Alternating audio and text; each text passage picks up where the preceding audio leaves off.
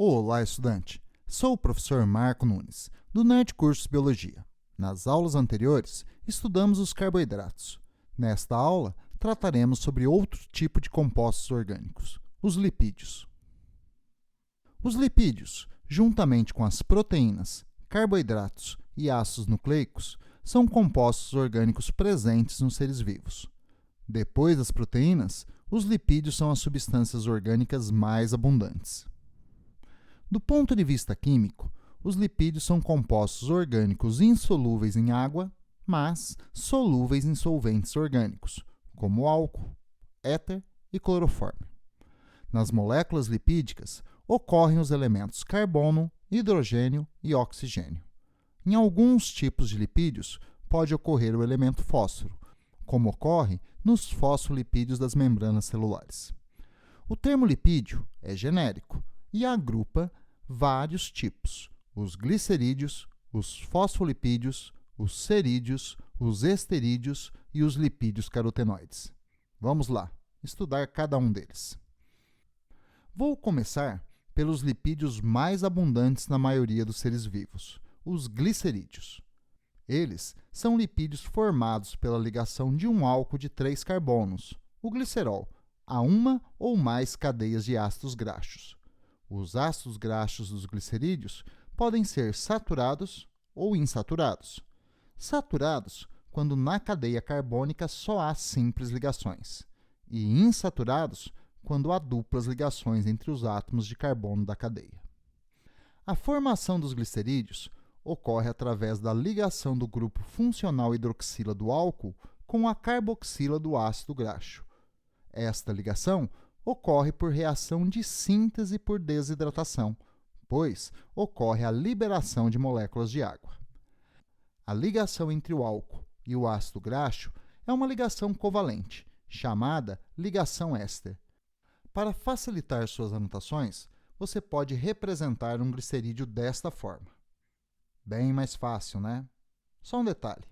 Quando no glicerídeo há somente uma cadeia de ácido graxo, ele é classificado como monoglicerídeo. Se tiver duas, é um diglicerídeo. Mas, se tiver 3 cadeias de ácidos graxos, é um triglicerídeo. Os triglicerídeos podem ser de 2 tipos, saturado ou insaturado.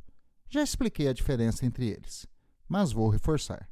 Os triglicerídeos saturados são aqueles que apresentam nas cadeias de ácidos graxos somente simples ligações. Olhe no desenho. Veja aí, as cadeias de ácidos graxos saturadas são representadas por cadeias retilíneas. Os triglicerídeos saturados são sólidos em temperaturas ambientais e são conhecidos como gorduras, como a do bacon, picanha e costela. Mas também são encontrados em alguns vegetais, como no abacate. Já os triglicerídeos insaturados são aqueles que apresentam nas cadeias de ácidos graxos duplas ligações. Preste atenção no esquema novamente. A cadeia de ácidos graxos insaturada é representada por cadeias tortas. Os triglicerídeos insaturados são líquidos em temperatura ambiental e são conhecidos como óleos, como os extraídos da semente da soja, milho, canola, amendoim e da azeitona. Os triglicerídeos são os lipídios mais abundantes nos animais e vegetais. Nos animais, predominam as gorduras. Nos vegetais, os óleos. Os triglicerídeos agem como reserva energética. Quando um animal consome alimento em excesso, mais do que o metabolismo corporal está utilizando, o excesso é convertido em triglicerídeos saturados e armazenados na forma de gordura entre os órgãos, especialmente entre os órgãos abdominais. É assim que a barriguinha cresce. A pele também é um importante depósito de gordura, que além de reservas energéticas, também age como isolante térmico. Os magrinhos passam mais frio, os gordinhos são mais quentinhos. Nos vegetais, o excesso de glicose produzido na fotossíntese pode ser transformado em triglicerídeos, especialmente nos insaturados, que são armazenados na forma de óleos nas sementes para a nutrição do embrião vegetal. Você percebeu, né? Os triglicerídeos são os nossos principais lipídios alimentares. Nos alimentos industrializados, os triglicerídeos são muito utilizados para deixar os alimentos mais gostosos e controlar a sua textura. Por exemplo, a cremosidade de um sorvete só é possível com o uso de muita gordura. Mas atenção, muita atenção! A indústria alimentícia faz uso principalmente de gordura hidrogenada, também chamada de gordura ou banha vegetal.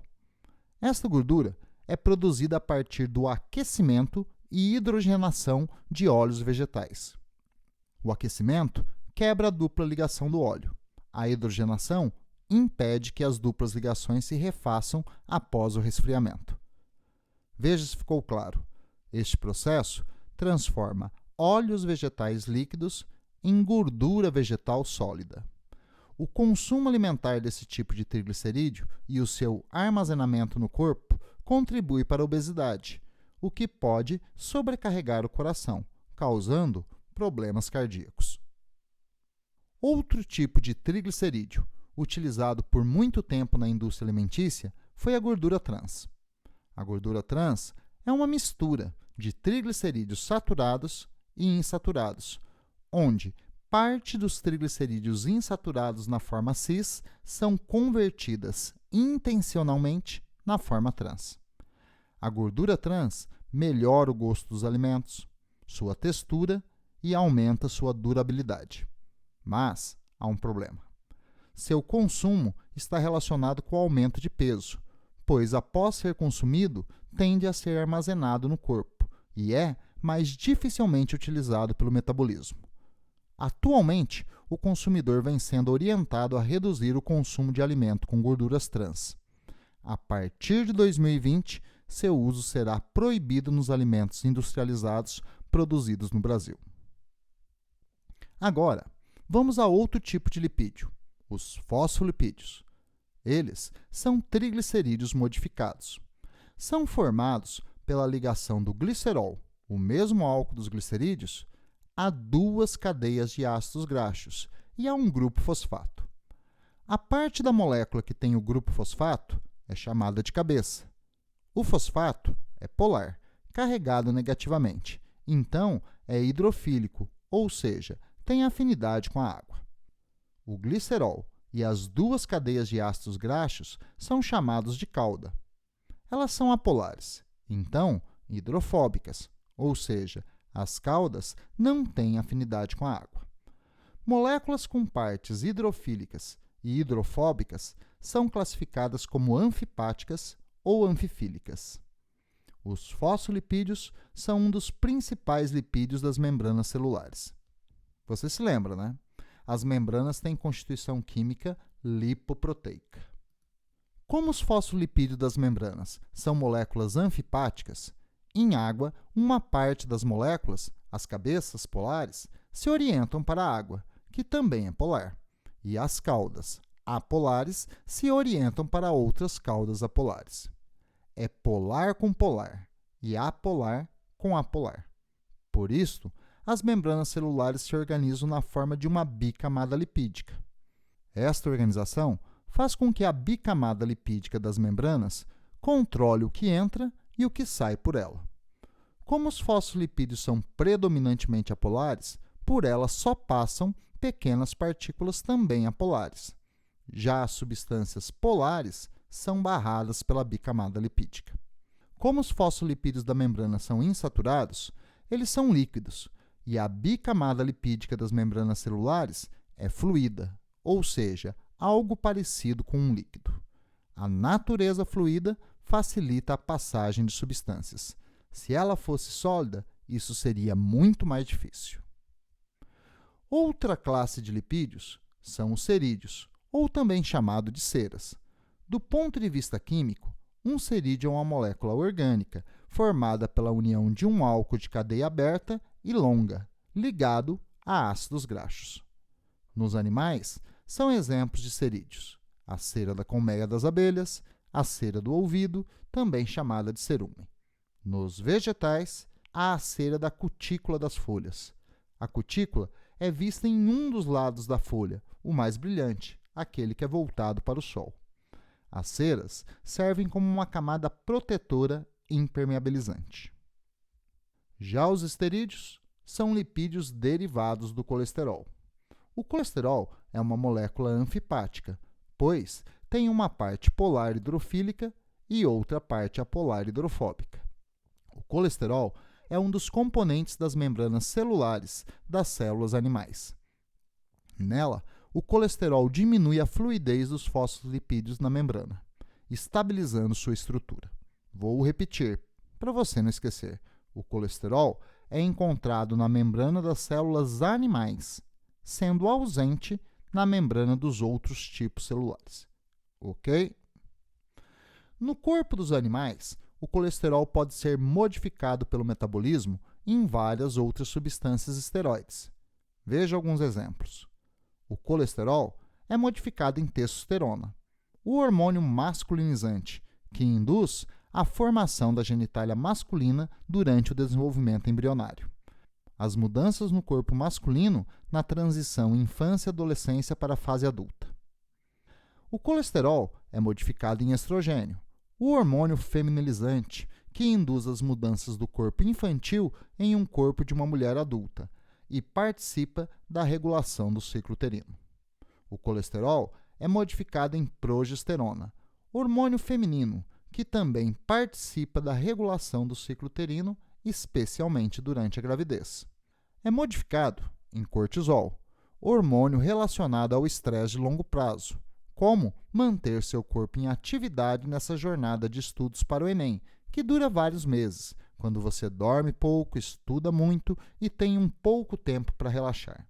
Mas cuidado, o seu corpo pode se acostumar ao cortisol e parar de responder a ele, e você se sentirá exausto, o rendimento nos estudos cairá e ainda você poderá ficar muito doente. O cortisol é modificado em aldosterona, hormônio que age nos rins, estimulando a retenção de sódio e a eliminação de potássio pela urina. Estes lipídios são conhecidos como hormônios esteroides.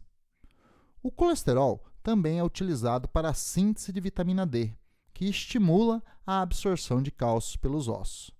O colesterol é utilizado no fígado para a produção dos sais biliares, que facilitam a digestão dos lipídios alimentares no intestino. Acho que ficou fácil de perceber. O colesterol é essencial ao bom funcionamento do corpo.